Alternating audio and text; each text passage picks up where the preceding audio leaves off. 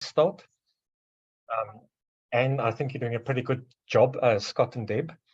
And so I think there's just a nice opportunity for us here today just to kind of ask you a couple of questions around the work you've been doing and also what you're planning to do into the future. To share with you a little bit around the work we're doing in South Africa and Africa. Just like compare notes a little bit around the work we do on credentials in these two parts of the world. So on the call, I've got a group of people. I'm quickly going to just give you a sense who we've got. We've got colleagues of mine at JET, a non-profit, that work closely with me, some more technical, others more kind of in a research space. We've got a colleague or two from the University of Cape Town that is helping us with developing a taxonomy similar to the CTDL. Or maybe I mustn't say similar because I'm going to get into trouble. Maybe we need to talk about, is it similar?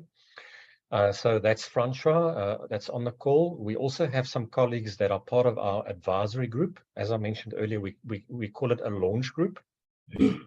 And so there are a couple of colleagues, and maybe just now, if we're not a too big group, I'm happy for them to unmute and talk to you and tell you what their day jobs are. But that's kind of a broad range of the people on the call. And so I'm going to jump right into it and introduce the two of you and then jump off with a question. Are you good, Scott, on your side? Yes, very good. Thank you. Okay, Deb, all good? Yep, all set. Okay, so let's jump in, guys. And those that join us late will find us on the way. So just quick bios. We did put it on the advert. So Scott is the CEO of the Credential Engine. Scott has 25 years of experience in this kind of area. Now, Scott, you're like me, I'm getting a bit worried. I see a bit less hair than me, but my hair's all white. So when you say you've got 25 years of experience, it's starting to get quite serious. But I think it's nice, and thank you so much for also giving us some of your time, Scott, as CEO. I'm sure you're busy around these kind of things. So thank you for joining us and for being part of this session today. My pleasure. Thank you. Scott is joined by Deb Everhart. As we started the call, I mentioned Deb's reputation precedes her in a good way. And so Deb is doing excellent work, and Deb is the Chief Strategy Officer at the Credential Engine. And Deb's bio was shared with you, so I'm not going to read it, but maybe what I can do briefly for both of you, just like a quick intro, guys, what your day job is at the Credential Engine, and maybe can I jump right in with a question? What keeps you awake at night? So can we go for it? If you want to go, Scott. Yeah, thank you. And good morning, good afternoon again to all of you. Thank you for the honor of your joining this conversation today. So first, let me just do a quick explanation of what Credential Engine is, because that will help explain what keeps me awake at night. So Credential Engine, like yourself, is a nonprofit organization. We have been around for officially about 6 years. There was a research endeavor that preceded that. But Credential Engine's mission is really quite simple. We work every day to bring what we refer to as credential transparency to the entire ecosystem, the marketplace of credentials and the providers of those credentials and the owners of those credentials, and essential information about the skills that are included in them, the quality of them, the outcomes, the pathways, the assessments, the learning opportunities. Anything that a learner or a student, a worker, an employer would need to know in order to be able to make their most informed decision. And critically, to have that information be accessible as open data on the modern web. So we are working in an ecosystem right now in the United States where there's about 1 million unique credentials. So what keeps me up at night is how do we speed up our efforts to have really full adoption across the entire United States and indeed around the world of open data technologies so that we can better serve everybody who's trying to figure out how to best advance themselves and have family sustaining wages in their economy. Okay, I think that's pretty comprehensive and nice and succinct. Thanks for that, Scott. Okay, Deb, how about you? Hi, everyone. I'm Deb Everhart. I'm Chief Strategy Officer at Credential Engine.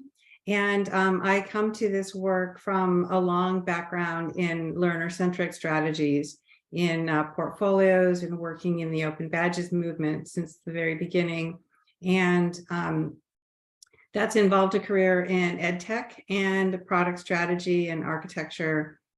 But the work at Credential Engine is so incredibly mission driven that, it keeps me up it keeps me up at night because it's so exciting and there's so many opportunities. The other way of thinking about what keeps you up at night is not just what you're excited about, though, but what you're concerned about.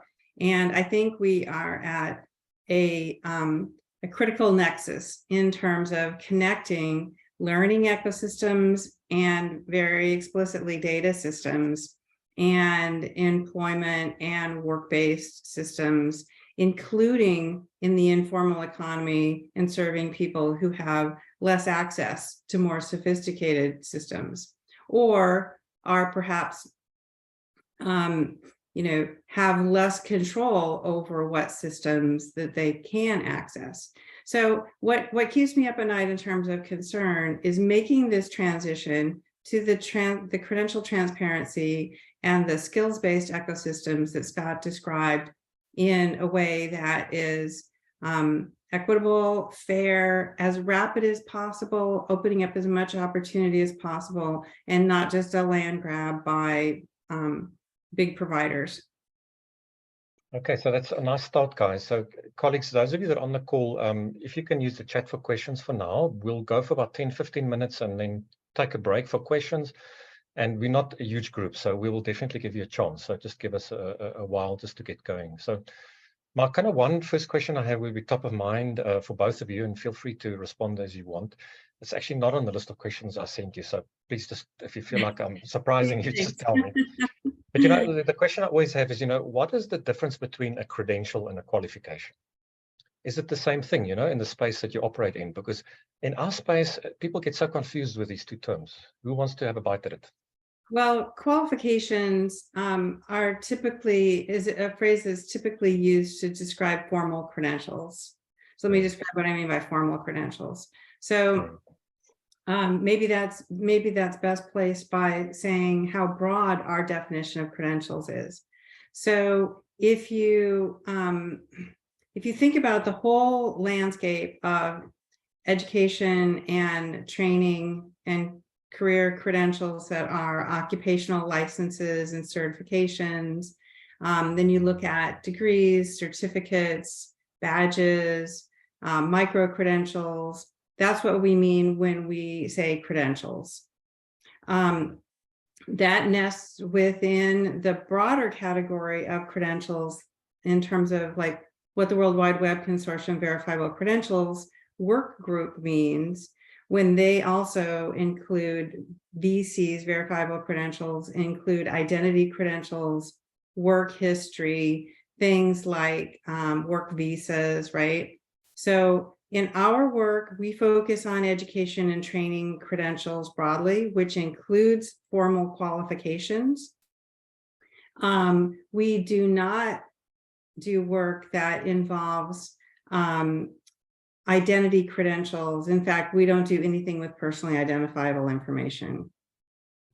Okay, that's pretty good, Deb. It's pretty much aligned with our thinking. I often use the term that it's kind of a CV on steroids. It's all the knowledge, skills, and competencies that one captures, whether it's professional or formal. And I like your link to qualifications and formal. But there's so much stuff happening in short courses and just-in-time learning. Hey, and so are you guys in the Credential Engine able to bring all of those experiences, knowledge, skills, and competencies into a single credential? Is that what you do? That's actually a really good way to describe it. So back to your last question, the term credential or qualification or degree or alternative credential is just, they're so randomly used and they get really confusing to people. So when we talk about this ecosystem, ideally what we'll be able to describe is in one set of descriptive languages, the owner of a credential or qualification, the provider of that credential, the skills and competencies that reside in that credential, whether that be delivered by a university, an industry certification body, a state licensing body, a secondary school, an online provider like Southern New Hampshire University or IBM or Aon, anyone who is providing any set of skills packaged into a credential intended to help advance somebody's qualifications, their capabilities for a position. So the million credentials that we count include work-based learning. They include micro badges and micro credentials, and really down to the very granular level of what could be considered a credential. And honestly, as we move, at least in the United States, into what I'm honestly surprised is a faster transition than I expected to a skills-based hiring and development economy, where we have less focus on did you earn a degree versus what are the skills you have.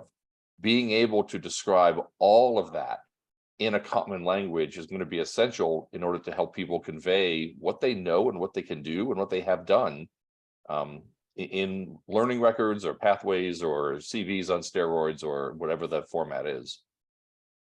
It's so nice to talk to people that are talking the same language. We often, in this space, there's not a lot of countries that are really grappling with this in a serious way. And you guys have been leading some of this thinking.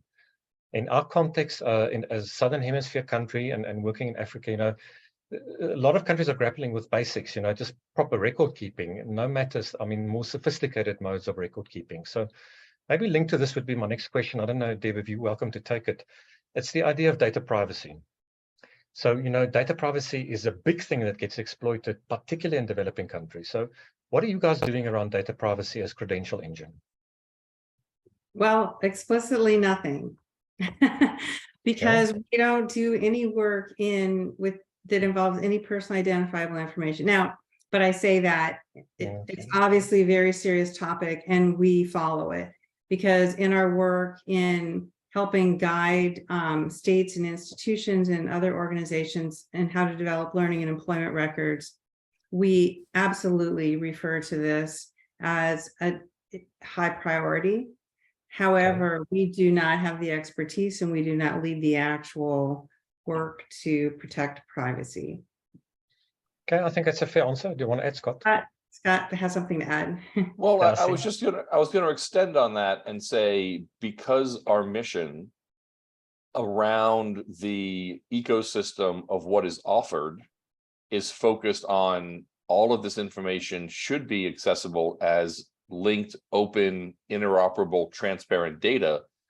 We, when we work with someone who says, how do I have all of this information about what's provided inside of my own system? Our answer is we don't want that information just held inside your own system. We want the information about what's offered and the skills that they have and the quality and the outcomes and the links to job requirements. That should all be open public data. Now, what is it that Scott has earned should be private. I should be able to control that. But what I've earned, the generic description of the thing should be open data, because an employer wants to know what that is, and the public wants to know, and a policymaker wants to know, is that credential containing the skills needed to meet the economic requirements of my country, of my region, of my city, of my employers? So there's a difference between what is it that Scott has versus the thing that Scott has. I'm with you. I think it's clear, and we mustn't forget that your US context is quite different to ours. There are similarities, of course, but there are also differences. And so the one key difference that I want to just probe a little bit, in the work we're doing in South Africa, we're very closely aligned to government. So our system, our work around interoperability, around credentials is about really helping the government systems to interrelate and to interoperate, so that is our primary focus.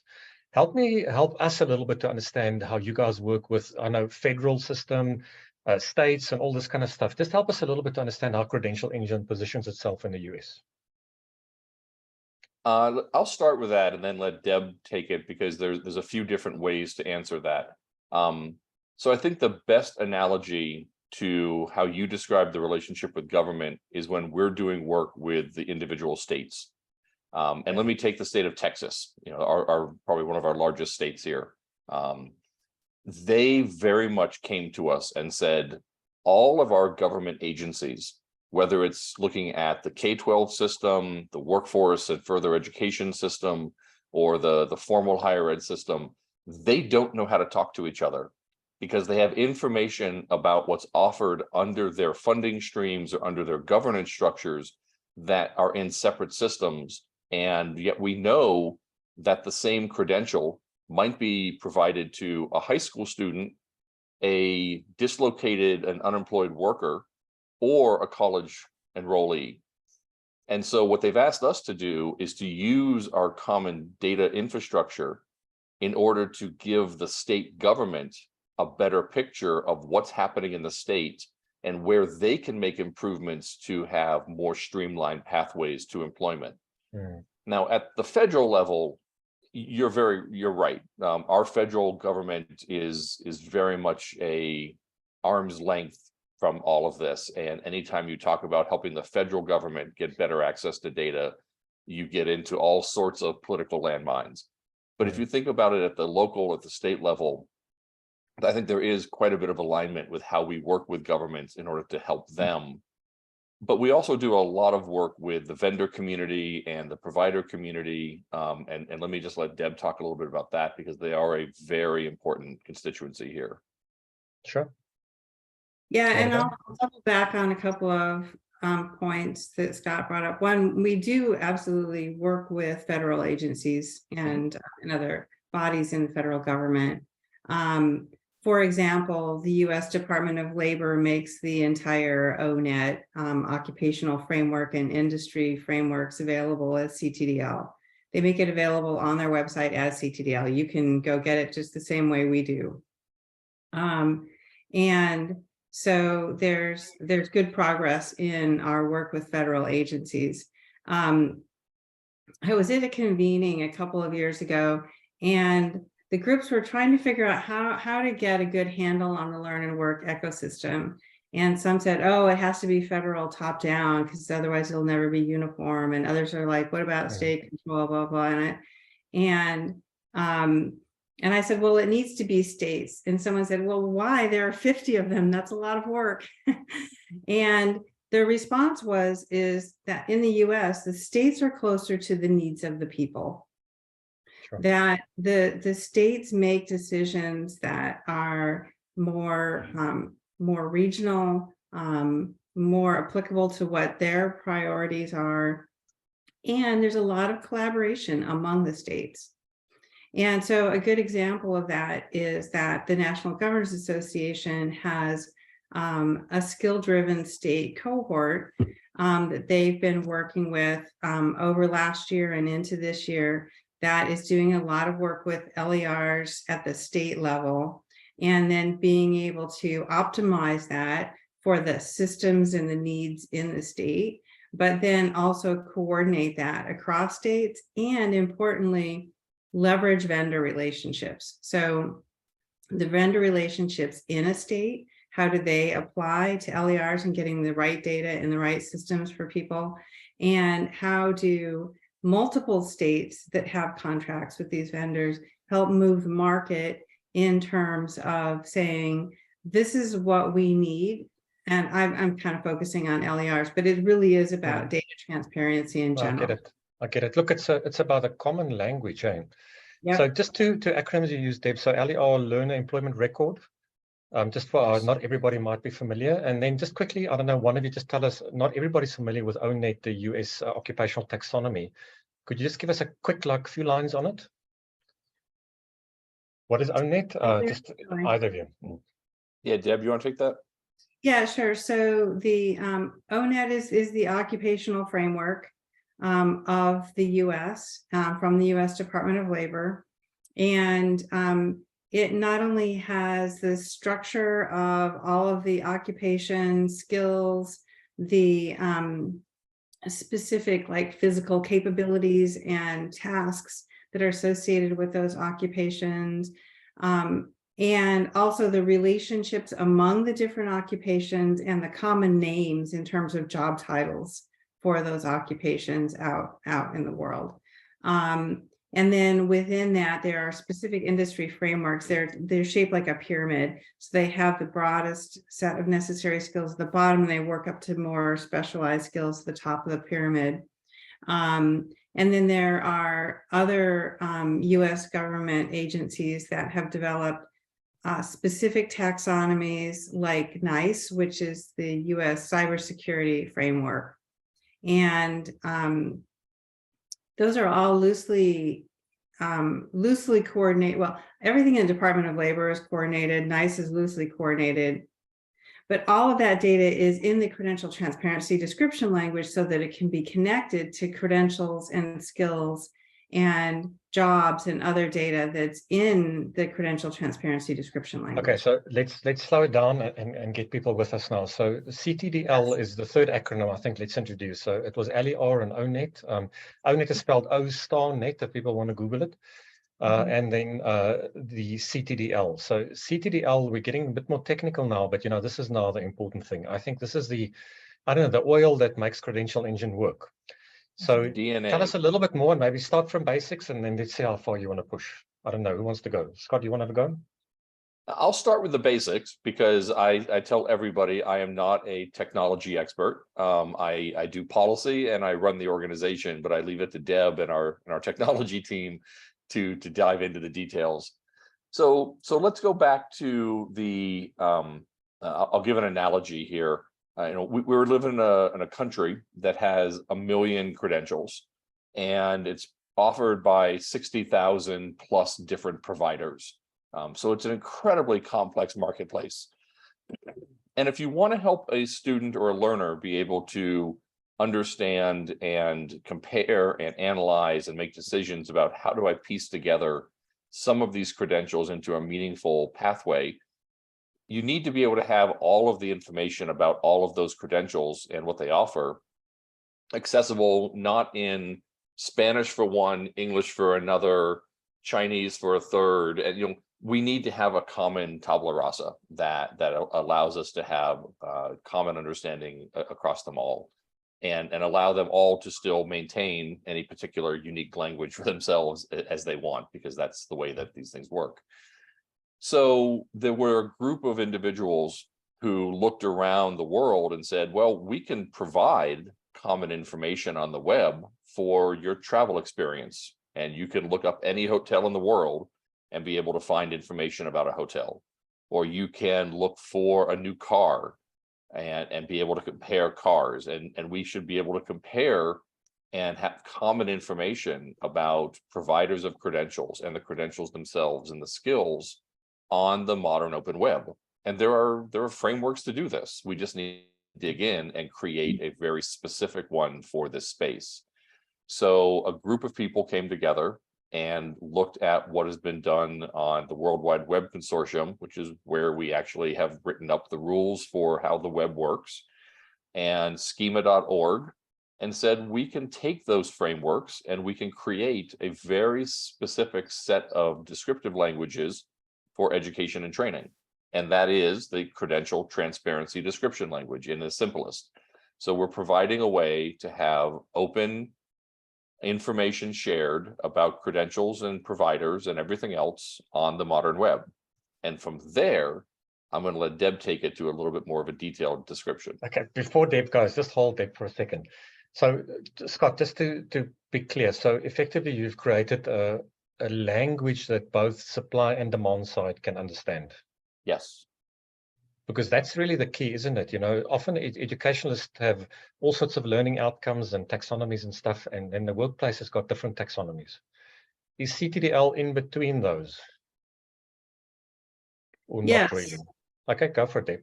Yeah, so, but also let me clarify something you just said about taxonomies, and as I understand it from your work and the taxonomies that you're developing, if you think about a taxonomy as being a structure, a framework, and then say, for example, the competency frameworks or the definitions of occupations say the competency statements and the definitions of occupations that are within that framework, we're the framework. Okay, so we don't write skill statements, we don't define occupations. What we do is we provide the common open data structure for all of these different communities of practice to come together and basically fill the framework with content, if that analogy makes sense. So I think it's good to make sure we're on the same page about that. Does that make sense, James? No, it's important, Deb, and I think as we talk, we've got to try and better understand what you do, and of course the audience as well. If you're providing a common open data structure, it means that you're using the other structures to complement your work, like ONET and so on. So you're not trying to duplicate. I mean, that's what I'm hearing. That's right. That's right. And to go into it in a little more detail, Scott mentioned that this is based on W3C specifications, and it's CTDL is actually a set of schemas. So there's a schema that is the main schema that includes credentials, pathways, courses, assessments, quality assurance structures, information about the organizations that offer those. And then there's CTDL ASN, which is explicitly about competencies, but it's fully nested and interwoven with the rest of the CTDL. And then there's Q data, which is quantitative data, which is a set of specialized structures for defining things that are quantities, like employment outcomes for credentials. So it's a set. They all fit together. They all harmonize not only with schema.org and other global infrastructure that is not about credentials, but also with any other taxonomy or data structure that that covers this same arena. We do a lot of work with mapping so that different schemas can connect to each other. Okay, so just one or two more questions, and I'm going to open to the audience. But Scott, do you want to go first? Well, I think it's also important to realize that CTDL and the family of the CTDL schema are not finished products. They are evolving living languages that we spend a lot of time sitting with our university partners or our industry certification partners or states and governments who tell us what you have is really good, but we need a term to describe this that fits our context. And that context could be the US Navy, who we work very closely with, says that we need to describe certain things about sailors that is not relevant if you're working in other settings. We're having lots of conversations with other countries, from Australia, New Zealand, to the Middle East, to Canada, and learning from them if we were to use CTDL, because it is designed to be available on the open web anywhere in the world, we would need terms that fit our context. Great, let's put together a task group and bring experts together and help define the new terms that need to be used. And the thing that we focus most on is making sure that those terms that get added to CTDL are added in a way that doesn't break the rest of the CTDL system and the people who are already using it. So we have to just make sure that it fits in seamlessly. But the intention is to keep this growing, because the marketplace of credentials and employer requirements is always going to be growing and changing. And that's a good thing. We just need to make sure the CTDL stays up to speed with the needs of the users. Okay, a couple of years ago, I worked with a colleague at Commonwealth of Learning, and we spoke about the concept of a wiki standard. And the idea is building on the Wikipedia idea that standards or schemas can evolve through collaborative, and that's kind of what I'm hearing from you guys as well. I've got many questions, but now I'm going to abuse my chairpersonship, so I'm going to pause for a second. So Simpiwe, help me. Colleagues, if you have a question, raise your hand, and Simpiwe will just spotlight you if you don't mind. It'll be nice to see you. And if you're really in your PJs or something and you don't want to be spotlighted or whatever, just tell us. But it'll be really nice to get a couple of key questions just for us to engage with, so it's not only me asking the questions. Can I get any volunteers to start us off with? And simply, just help me, please. Sure. I think Darren has put something on the chat. I think he might want to expand on that, if you don't mind. And then in terms of spotlighting, it seems like only, let's see. Okay. Okay, Darren, you can go in the meantime. Okay, so it's incredibly mind-blowing, Scott and Deb. Thank you. I just want to check my understanding or my emerging understanding, if I could say that. So in the the ONet that you're talking about, my understanding is it's linked to what we call an occupational framework. It's an OFO code, South African, and the way you've explained it, could that in and of itself be a credential within and of itself? So a simple example would be in South Africa, we'd have one of our OFO codes would probably be a procurement manager, and that would be registered with our Department of Higher Education. Could that be a credential that I could own, if that makes sense? I don't even know if my question makes sense. Okay, so an occupational title more, Darren, is that kind of where you're going? Yeah. So could that in and of itself be a credential? So BP could go, oh, we're looking for a procurement manager versus we're looking for someone with a whole bunch of credentials that we don't know how to define. Okay, let's have a go. Who wants to go? Deb, you look like you want to go first. Go for it. Scott, did you want to go first? Well, I was just going to give an example, a practical example here, Darren. In most of the U.S. context, it being a procurement manager would probably not be considered a credential in the way that you're talking about. It's not an education credential. It would be an indicator of an occupational title that you've held. But interestingly, our work with the U.S. Navy, if you reach Master Chief second stage, that is considered a credential in the Navy, because they just take for an assumption that you've done everything necessary to have earned the skills and competencies to be awarded the Chief of Master Chief second class. And so they consider that a credential. It's not as common a concept formally in the rest of the civilian economy in the US, but given that it works that way in the Navy and we've modeled it that way, if any other country or any other industry considers the occupational title to be a credential, there's nothing about CTDL that would not be able to support that. It's a nice example. It kind of links to designations, doesn't it? You know, in some professions, a designation would also be a credential. Certainly could be. Okay. Okay, thanks. Deb, do you want to add?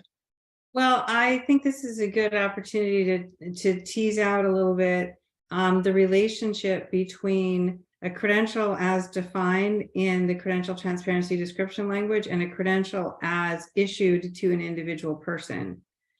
Because first of those are obviously different things. We do not do the latter. We do not issue credentials, but you could have, for example, you could use an occupational framework and a skills taxonomy and maybe even, required certifications might all be part of the data description of that procurement officer, right?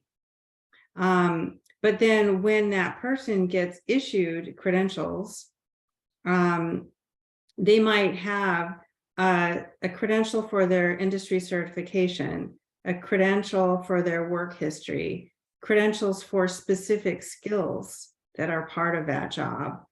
And then they might also have a credential that says procurement officer, and it may or may not include all of those things. But part of the value of the CTDL data structure is that you can put it inside any and all of those credentials so that they are interoperable in terms of the meaning of what's inside. I think that's helpful. Thanks. Darren is on our launch group, just for Scott and Deb to understand. So he's part of our advisory group. And he talks a lot about NFTs, if we give him a chance, non-fungible tokens, but not today, Darren, not today. Okay, Simpiwe, can you bring Roxana in, please? Roxana, do you want to go? Before she goes, I'd also like to abuse my power because there's two gentlemen that have posed their questions, but then Joanne. So two gentlemen, one lady. So we'll start with the lady. Joanne, if you don't mind coming in, and we'll spotlight you with your PJs. Oh, it's okay. It's dark here, so I'm on my phone. Thank you for that.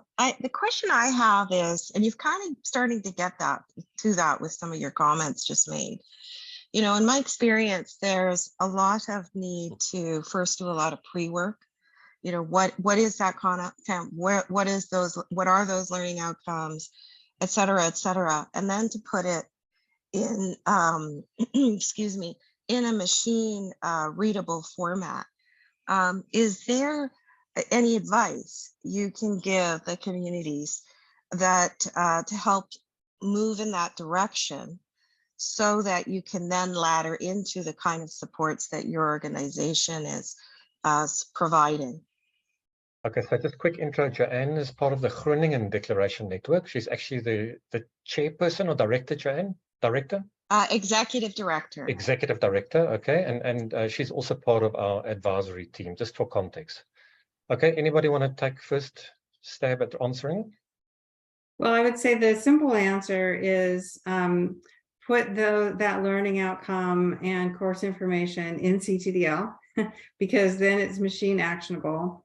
And, you know, there is a great deal of hand-wringing about the fact that educational competency statements are generally written differently than occupational skill statements, and oh no, how are we all going to, air quotes, speak the same language?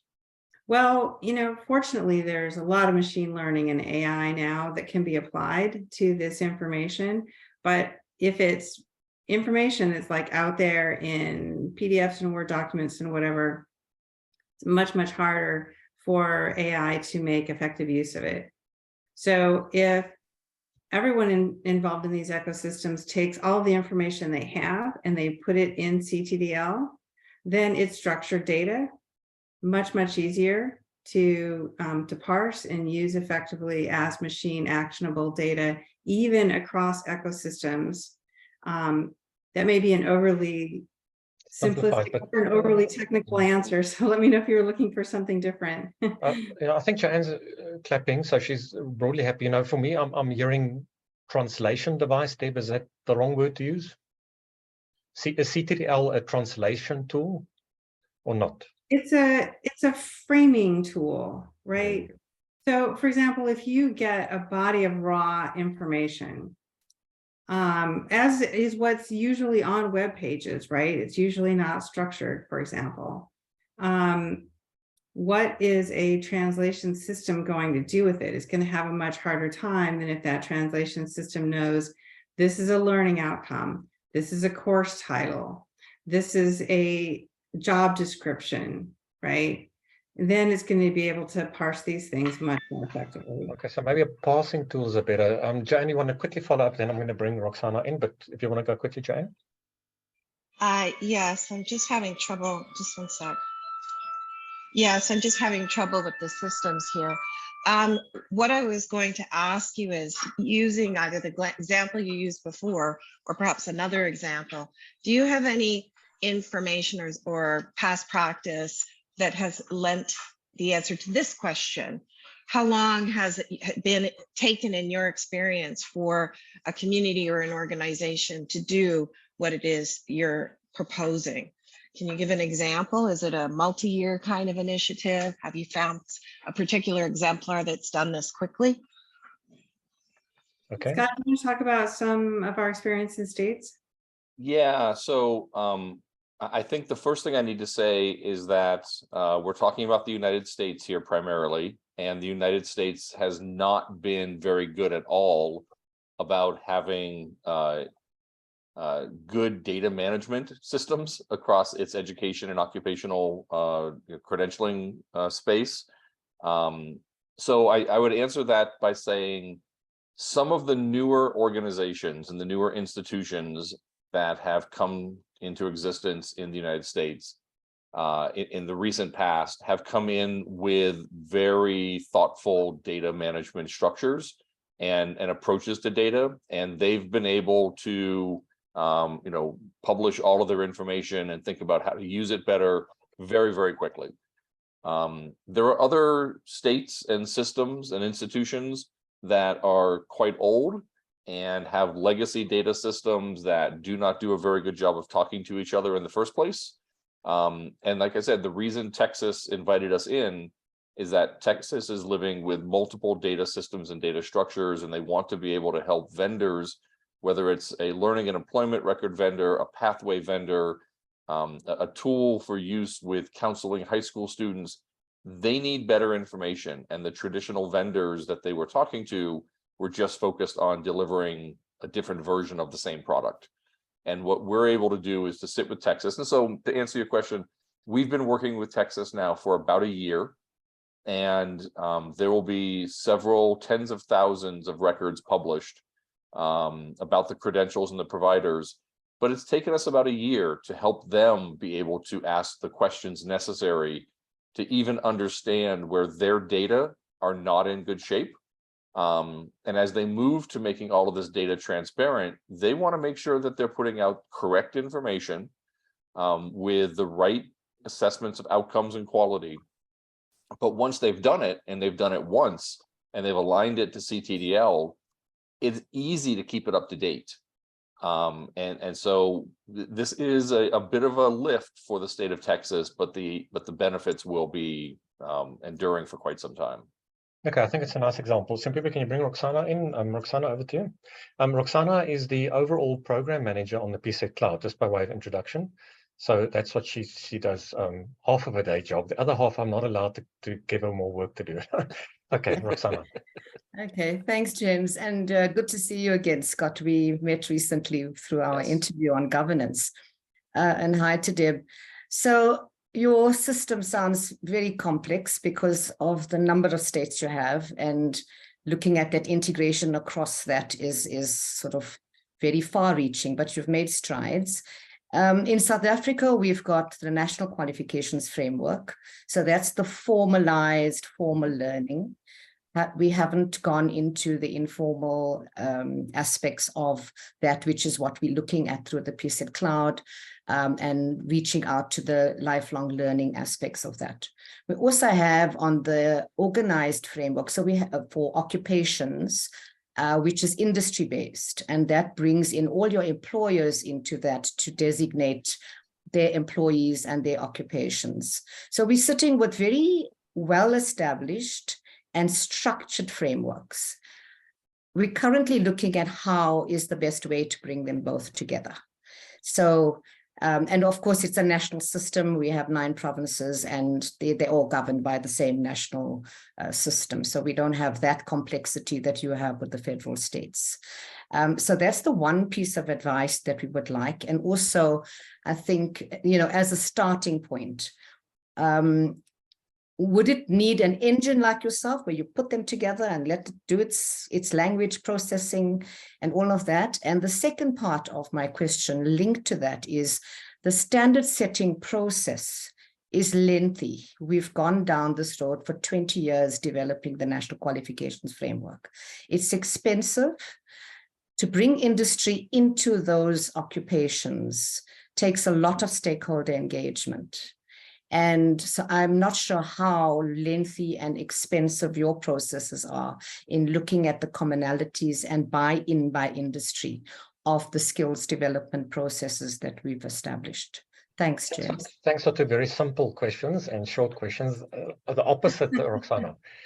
Okay, so let's have a quick go. Do you guys want to respond?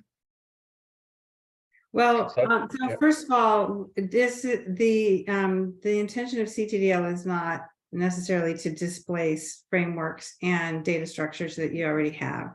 It's important to keep in mind that what we would talk about in a situation like this is mapping. And one of the reasons that let's say 2 basic reasons that mapping can be important. One is you could use CTDL to bridge between your own data systems, for example, if you haven't already done that. And we all live in a global economy now. So when your data structures are mapped to CTDL and can be made available as linked open data, then they're going to be able to be interconnected with all of the data structures in the world that are using CTDL, while still preserving as needed the structures that you already have. I would add. Sorry, Scott, just quickly before we go. So, maybe it's not a fair concern there, but it's an important point for us. Is the idea that you envision CTDL to become, hegemonic is the word that comes to mind. It's not a nice word, but it's like dominant. Is that kind of what you aiming for? And I mean, I'm just asking the question very directly because it's important for us to have this conversation. Okay. So the way I think about this, James, is that if we start with a belief that all of this information about credentials and skills and competencies and owners and providers and quality and pathways, all of this should be open linked data so that it can be used anytime, anywhere. It can help people who earn a credential.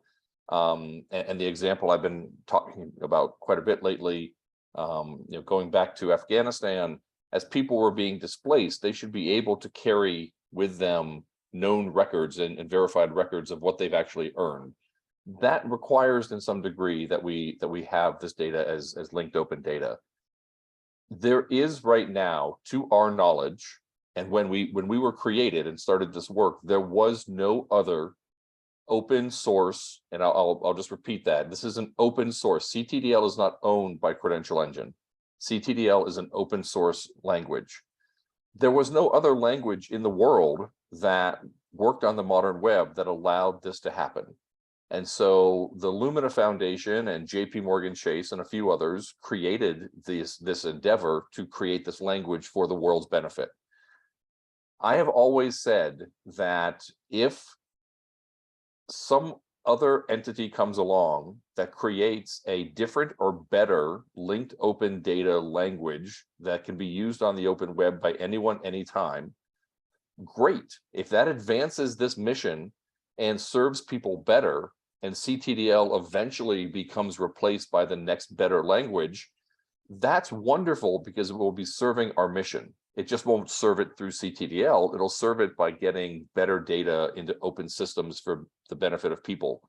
So I would say that right now, because there is no other web-based system to do this, we would like CTDL to be used as broadly as possible for the value it was created to serve. But hegemony? No, I don't need that to be the case, because it's about the mission. It's not about the solution, and if we can come up with a better solution someday, okay, that's awesome. Okay, now I had to ask it. I think it's something to talk about, and I think it's a very important question. It's a very important question, especially, and I'm sensitive to this, coming out of the United States. Yeah, that there could be a perception that we have the answer and you should all listen to us. No, we've intentionally developed CTDL with international input as best we can, and we're continuing down that road. Okay, I think that's fair. Are you covered, Roxana? Did he dodge your second question? Can I just check? Yeah, I think just about the standards, because we're looking at that commonality, and usually with that goes that whole process of standards and acceptance. And the cost. And the cost, and time, and the effort. And just to, I think Deb mentioned this earlier, we don't want to restart or replace the wonderful work that's been done over 20 years to build those standards. What we're suggesting is that once those are done, those can be described using CTDL that allows a qualification standard that you have, your qualifications framework, to talk to other qualifications frameworks, and using CTDL as that connecting tissue, that connecting DNA.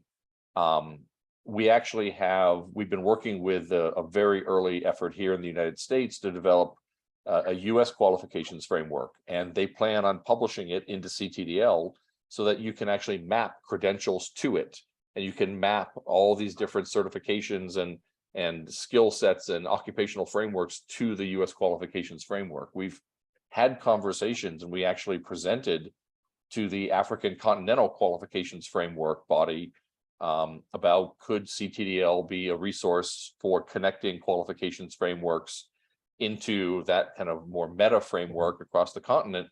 And your decision, not ours, but we believe that CTDL could be a benefit to having that common language across all of that. A couple of people on the call are involved in the ACQF, so I mean there would be a couple of people familiar with it, but maybe for those that are not, this is really a continental effort at linking qualifications frameworks across the African continent. Back to the US, Scott, so Lumina, of course, is driving not a qualifications framework, but a credential framework for the US. And I think it's important that the naming there in your case is quite different to ours. You know, it signals thinking about a credential broader than a qualification. Am I right? Is that the kind of language that Lumina is using? Yeah. Yeah. So Lumina initially, for those of you who don't know, Lumina has helped to drive a conversation in the United States about how can we get 65% of adults in the United States to have a high quality credential by the year 2025. And they recognize that they can't just be focused on degrees or qualifications to meet that goal. And in fact, there are licenses and certifications and apprenticeships and other types of credentials that should be recognized as high quality and be counted in that endeavor. So that's really one of the things that led to our creation, is to help have a system that describes the entire ecosystem. It's a kind of sweet spot that you guys are in, that we're exploring, but you're a couple of years ahead of us, and I think you've been doing good work. Can I open to somebody else? Flornie, did Flornie have a question? Maybe he wants to come in. Yes, and then followed by Dinah. Okay, thanks, Simpiwe. Flornie? If Flornie is not able to... Unmute, Flornie. Okay, guys, I'm not going to waste too much time. Let's go for Daniel. No, Dinah. Oh, Dinah. Dinah, do you want to come in? Yes, thank you, James, and thank you for the information. It's very insightful. So I just want to know if you are able to track the number of people who are able to access the data. And if that's the case, how frequently do they do so, and at what intervals? I think that's a useful question for clarifying one of the things that we do not do. So we do not build products. And we have data in the registry that's viewable via what we call the Credential Finder. And that tool is really a viewer and a way of exploring the data that's in the registry. But it's our intention is to support a marketplace of many different types of products that use CTDL. So the way people access the Finder is not really our mission. Having products using the data is our mission. That makes sense. So we work with, for instance, the state of Texas will hire and contract with a set of providers who will use the data to provide learning and employment records or pathway tools, or other resources that would face students and workers and employers. So they would be the system that would be tracking user interface, and our data would be mixed in with lots of other data. The beauty about having linked open data is that we don't track where the actual job openings are, but other data systems do. And so these vendors would pull our data in with those data and other resources to serve students. So yeah, we don't have that level of information. We'd have to go get it from our partners in Texas and Florida and Indiana and New Jersey and elsewhere. Okay, I think that's fair enough. And Deb, you're right. It's good to hear what you don't do. It helps us also to understand. So can I switch to a different topic? And the topic is governance. Mm-hmm. So we've been really kind of preoccupied with, while we've been busy with the PSET cloud, we've been really thinking about, so what will govern a system like this, and we're not coming from it, like, we know it can't be government on its own. And in our context, it can't be private sector on its own either. So we're trying to bring this ecosystem process together in a way that we're looking at new forms of governance. I see Chelsea is with us. I mean, Chelsea, I don't know, you've been doing a little bit of work in the legal space around this. Do you want to give them a quick sense of what we've done around an MOI, if you're okay to do that? I'm sorry I'm putting you on the spot, and if you can say no if you want to. Okay. Perfect. Thank you so much, James. I do seldom give up an opportunity to talk. Lawyers do like to spend some airtime. So yes, we've been taking a look at the different legal, not necessarily the governance options just yet, but the interplay between legal entity and governance models. So the very first question that we as lawyers like to ask is, which home are we going to put this project into, which legal home? And we've been pushed to try and get a little bit creative with this. We're not just looking at the typical bog standard options that people want to throw it into. We need to see how far those legal entities can be pushed to accommodate this innovative space and new developments in the law like smart contracts and DAOs, and see how far we can push governance on a massive scale, and ownership, questions of who's going to own this, who's going to own the data, who's going to own the intellectual property attached, who's going to own the system, and who's going to take control over the decisions that are made in this entity. So that's the work that we've been doing in the background.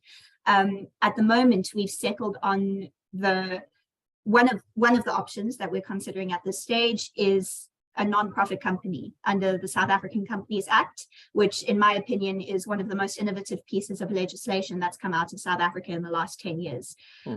It allows companies to make decisions electronically, to meet on large scales, and to bring in companies from very, very small scale, 3 people in a room wanting to change lives through soccer, to a massive company on this scale that gets hopefully the whole of South Africa involved on some level and taking an interest in their own personal data and their own personal impact. But all of those rules and all of those options need to be put into a legal document, and that's what we at NGO Law are drafting at the moment, with, of course, significant input from people who have ideas about how people should vote, which groups of people should be allowed to vote, how will they practically vote, and yeah, so that's our work with the MOI at the moment. I am open to questions if needed, but okay, thanks. Thanks, Chelsea. You did use the opportunity very well that I gave you. I think the full acronym for today is a DAO. So a DAO is a decentralized autonomous organization, and this is a governance mechanism that gets used somewhat across the world around voting systems and others. And we're starting to look, just like exploring at least the principles of a DAO within our governance. We're getting a bit of pushback from the lawyers, including Chelsea and her boss, that a DAO is not written into law in South Africa, so don't even try and go there. But can I come back to Credential Engine? How are you guys governed, and give us a sense how those structures work, if you don't mind? Sure. So I think there's going to be an important distinction here between Credential Engine as a legal entity and the Credential Transparency description language. So Credential Engine is a nonprofit with a board of directors, no membership. We firmly believe that a membership structure for our purposes is a limiting and inequitable approach to managing the organization. The Credential Transparency description language, though, is a different, because it is an open source schema. So we do not own it, and we do not in the end have control over how it is developed. We have been shepherding the development of CTDL because there's been nobody else who really understands it well enough.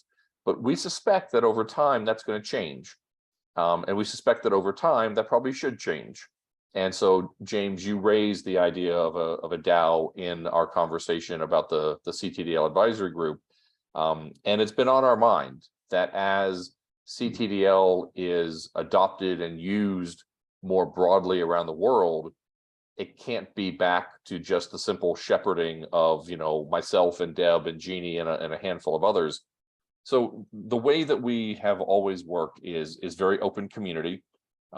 We have task groups, and we have a technical group that oversees the evolution of the CTDL, and to make sure that the formal structure remains intact and effective and doesn't break, because we do have states and the Navy who are dependent on it. So we have to make sure that it is functional. But the reality is that right now, if somebody in Costa Rica wants to create some CTDL terms and use it in their own context, they can, because it is an open source schema. And so we can't stop people but we can make sure that the version, the iteration of the schema that Credential Engine helps to manage is done in a way that is durable and follows policies and structures that people can see. So it's actually, James and Chelsea, something that we are aware of, we need to turn our attention to, which was part of the reason we wanted to start our own international advisory group, is to tell us what is the best model for the management of CTDL over time, in a broader context than just the United States. So I think we're wrestling with a little bit of the same question. The one thing I will say is that we are also very clear that we do not own the data. The data is owned by the institutions that are the owners or the providers of those credentials. So the easiest example is the University of Texas will put their data into CTDL and will make it accessible to the world as open data, but it's their data. They can remove it from CTDL if they want to. They're responsible for maintaining the information about its quality and connections and outcomes. Not outcomes, actually, that's done by the state. But it's not our data. We're here simply to make sure that it's accessible as open linkable data for the world to benefit from.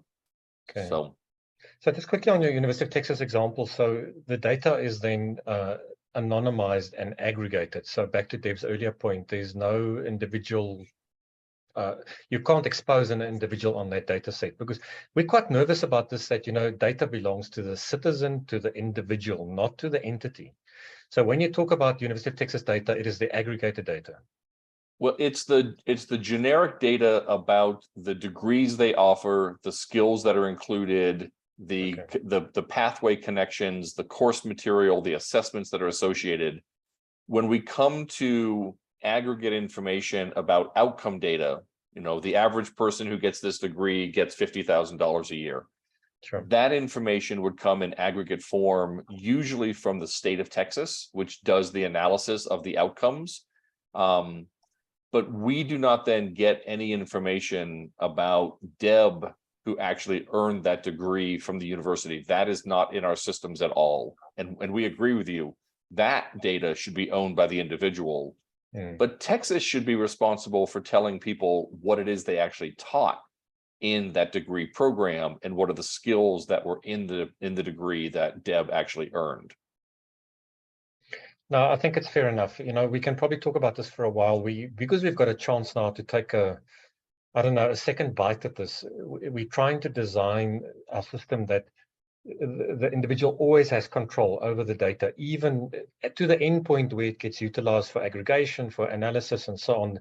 The user still has that line, of control around how much data. And I mean, it's not easy. We're using self-sovereign identity for it. And I mean, we're at a point where this is probably the theory. We've developed the SSI protocol, but of course, we've still got a lot of work to be done around this. So it's interesting. I mean, I'm sure you're grappling with the same issues. Can I ask, we've got some of, Deb, do you want to go in quickly before I go? Well, I just, since you brought up SSI, it brings to mind DIDs and unique identifiers. And I'm not going to go down the rabbit hole of DIDs, but I wanted to point out that part of the data structure of CTDL that we use in our credential registry is a CTID, which is a UUID. It's a globally unique identifier for each entity that's in the registry. Every credential, every skill, every course, every pathway, every organization.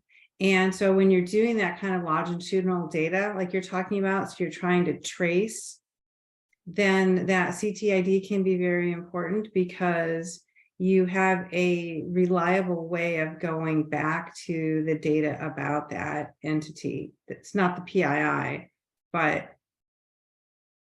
provides that data thread, right? Okay, no, fair enough. I can hear what your day job is, Deb. Okay, so we've got some quality council colleagues with us, and the quality councils are like the quality assurance bodies in South Africa that oversee our sectors, higher education, occupations, and schooling. So I'm going to put people a little bit on the spot. If they get cross with me, they can ignore me, but let's just have a quick go. Marco, anything from your side? Marco's from the Quality Council for Trades and Occupations. Just any comments or anything that kind of caught your ear, Marco, if you don't mind. And sorry for putting you on the spot. That's okay, James.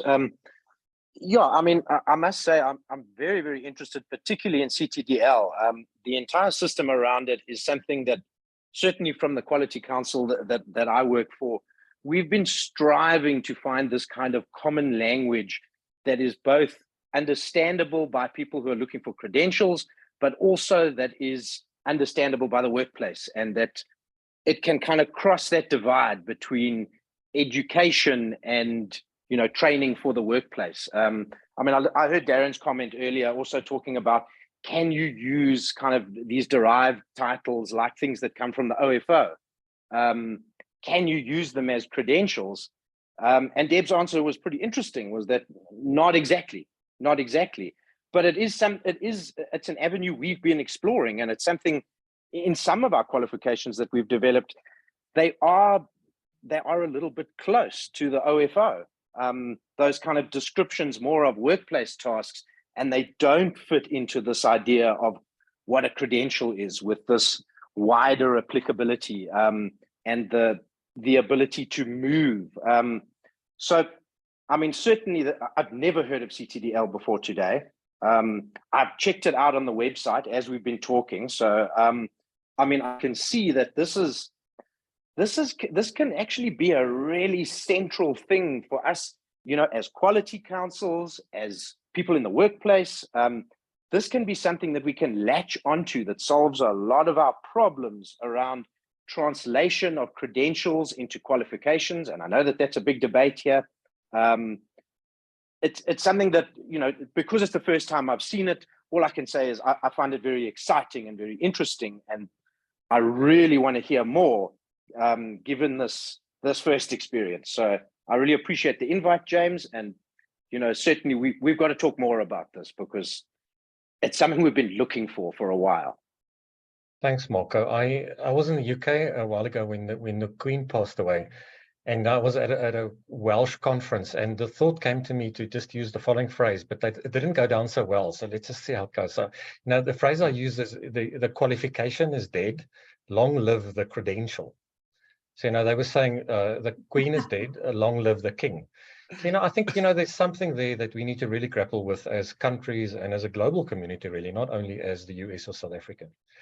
Can I ask TK, I think you knew I was going to put you on the spot. Are you anything from your side? Is this interesting to you, or any comments? Hi, James. I have to apologize. Unfortunately, I joined the meeting 25 minutes later due to other meetings which overlapped. And I don't think my input will be well placed, but knowing very well that this is my area of interest when we talk credentials, I'm hoping that I'm going to get the recording and sort of like go through the whole presentation from start. My apologies on that one. No problem. And thanks for being with us, TK. So I'm just going to put one more person on the spot, and then I'm going to ask Scott and Deborah if they have any questions. We're heading for the last 15 minutes or so of our session. Debbie, you work at one of our sector education and training authorities. Are you okay to just what is this doing for you? Are you interested? I mean, does this make sense? Are you okay to just respond quickly? And if you're not go, thanks. Just a bit slow in the afternoon. Afternoon, everybody. James, I mean, absolutely, in part of the discussions and with great interest, representing the wholesale and retail sector, which is obviously a massive sector. In furthering discussions, I mean, I really do think that there's of great interest here, particularly as we take on new programmatic forms and new challenges around delivery. And particularly within the informal sector, which is predominantly where we want to focus. And this should be a really interesting aspect of how that potentially can work within that subsector of this, of the economy within the retail space. So yeah, with great interest. Okay, maybe for Scott and Deb to get a sense, we're trying to do the ecosystem thing. So, we're really making our lives very difficult, because we're trying to get the whole ecosystem on the same page. And it's, of course, not straightforward. And so we've been at this for nearly 5 years. And we're starting to move towards some kind of concrete stuff now. So maybe the last person I want to put on the spot, I actually said last, but maybe the last. Motsamai, are you okay to come in? Motsamai has got a technical background and is working with us on our minimum viable product. And I just want to get a sense from Motsamai. Motsamai, what are you hearing? Anything that you would want to add? Thank you for putting me on the spot, James. I think I just thought about this earlier, but I think my concern or question that I was actually curious about as far as the team is concerned is how have they actually took their different government entities in their confidence as far as data integration and interoperability is concerned, because I understand, like you just mentioned, within South Africa, a lot of government entities have a huge issue as far as exposing their data to external or proprietary platforms. So my query or my concern was, how have they made sure, or maybe the service providers that they integrate with, what have they done maybe to use as a value proposition in convincing the different entities that it's worthwhile providing this data for this type of work that they're working on? The golden question. I'm also interested in the answer. Okay, guys, do you want to have a go, Scott? Yeah, that is a great question. And I think the first answer is, once we assure those government entities and the agencies and the institutions that we're not seeking any information about individuals, that the PII data is not included in this, there's an enormous openness to saying, well, then what are you looking for? And when we talk about the information about the what is being offered, the credentials and qualifications, the skills that are included, the transfer values that you've assigned, things that they know that students want, they begin to understand the value, and they turn really then next to the question of, how do we manage pulling all that data together? But I want to take it to two other kind of theories that we've put into place here in the United States, which may or may not have value elsewhere. One is, we are working very hard at the state and the national level to have policy put in place that says that individuals, students and workers and employers should be able to have access to this information, because it does impact how they make more equitable, informed decisions about how they're going to spend their own and the public's money in order to get the education and training necessary to be contributing citizens in that country. So there is a policy rationale for having open data about this entire marketplace, not about, again, the individuals, but about the marketplace. The second is, we're working, as Deb has said, with more and more vendors and providers who actually build the tools that serve students. And as those vendors are able to put better products into place that are using open data, you're going to see more providers who say, we want our data in that format in CTDL, so it can be in more tools and products that are actually in front of students, because that's how students are going to find their way to our offering. So it's a mixture between, we don't touch PII, there is a public policy good here, and there is a market incentive as well. So we've been pushing all of those levers forward to, not every institution has said, we get it, we want to be there. This is a change management process, and we're working on that change. And the United States is a very large and complex, ecosystem. But we're learning a lot about how to actually help relieve people's concerns and show them the benefit as well. It's very helpful. I mean, I'm reminded of the kind of field of dreams idea. Hey, build it and they will come. In the mix there. I mean, it's in the mix, but you're doing more than that. Do I get to be Kevin Costner in that analogy? I was told by software teams that, I use this metaphor, and they said, don't ever use it. And I said, but it makes sense to me, So I don't know. The techies don't always like that term, but it works for me at least. And it sounds like it works for you as well. Okay, can I pause a little bit and just Scott and Deb, anything you want to ask back to us? You don't have to, but I'm just giving you a chance. Yeah, Deb, go ahead. Well, I wanted to follow up on that prior point a little bit and repeat what we said before, is that we are a nonprofit and we're mission driven. Our name, sometimes people confuse us with a product company and they think that we are selling tech products. And so we always say when we start working with the tech vendors that we're vendor agnostic. And we want them to be able to get business value and make money off of, how they support the use cases.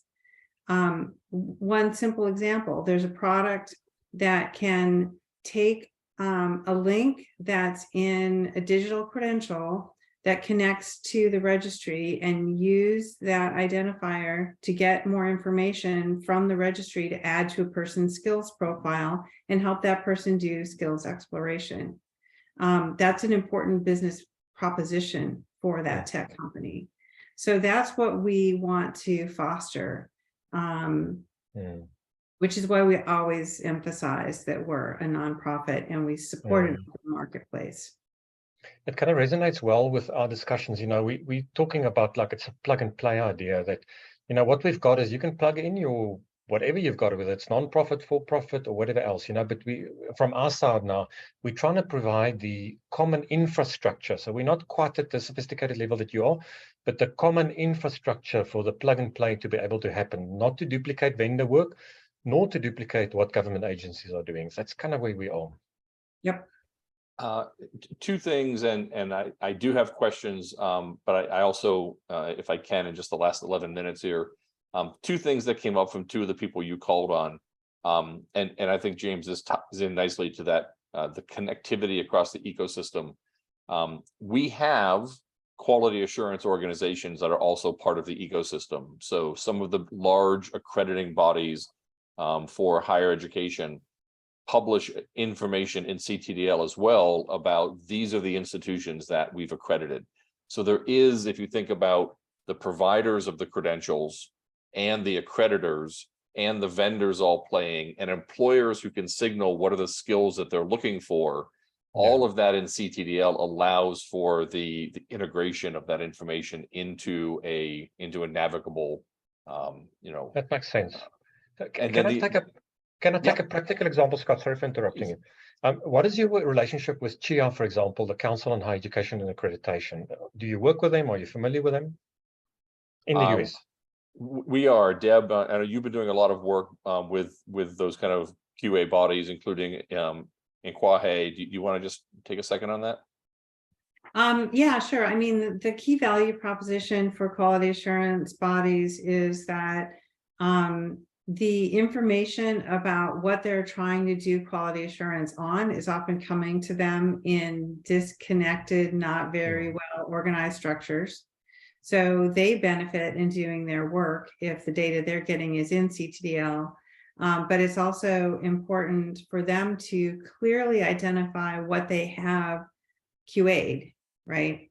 So for example, there's confusion because sometimes the quality assurance is at the institution level or the program level or even at the individual course level.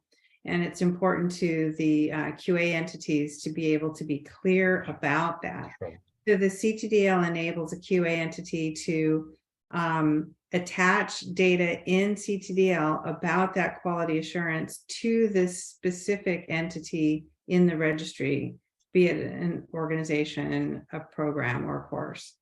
That makes sense. So those of you that are on the call that are not familiar with this territory, we can send you a list of acronyms afterwards, okay? Yeah. Just bear with us a little bit. I've tried to put a hold on some of them, but if you're feeling you're a little bit lost, just talk to one of us on the PSET Cloud team. I can hear. I thought it's only South Africans that use acronyms, but I see you do your part as well in the US. Sorry about that.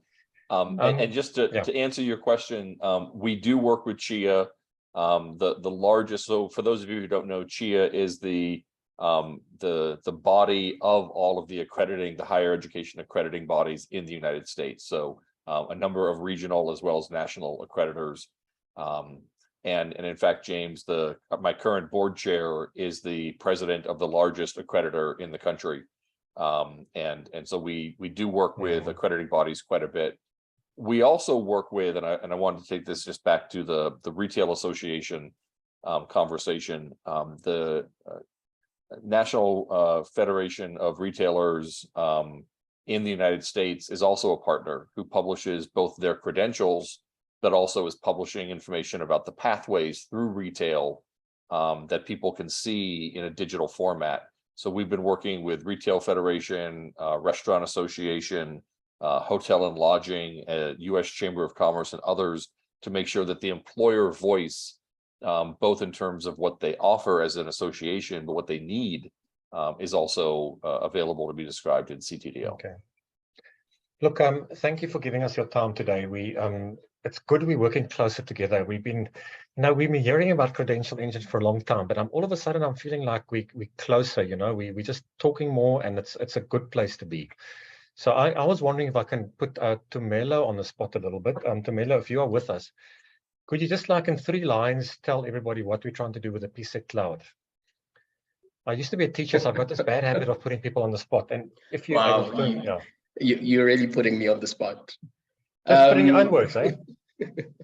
Yeah. So what we're trying to achieve with the PSET cloud is bringing together a fragmented system into one platform. And when I mean fragmented, I don't mean that it's not working.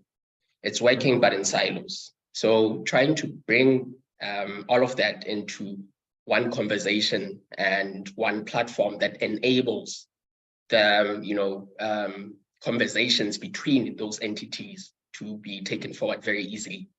And the communication between those entities allows for opportunities both in supply and demand to be identified. Biggest challenge is that when these two sides are not talking to each other, we often don't get things right. But the moment that data flows between these two sides, the likelihood of getting things right in terms of policy, in terms of practical implementation, and also identifying opportunities for citizens. Pretty good. That's pretty good, Tumelo. It's pretty good. That's brilliant. Yeah.